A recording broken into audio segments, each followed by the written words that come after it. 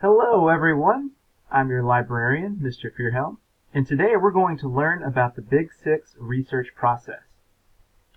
By the end of the lesson, we want to know the steps of the Big 6 research process and how to use them for our purposes and assignments here at school.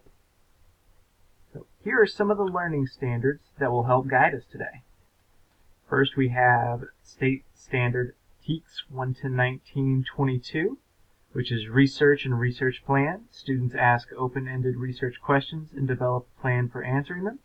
Students are expected to brainstorm, consult with others, decide upon a topic, and formulate a major research question to address the major research topic, and apply steps for obtaining and evaluating information.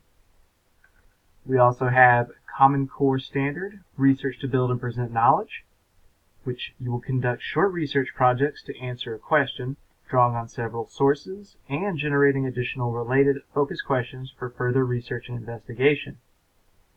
We have ISTE Standard 3A.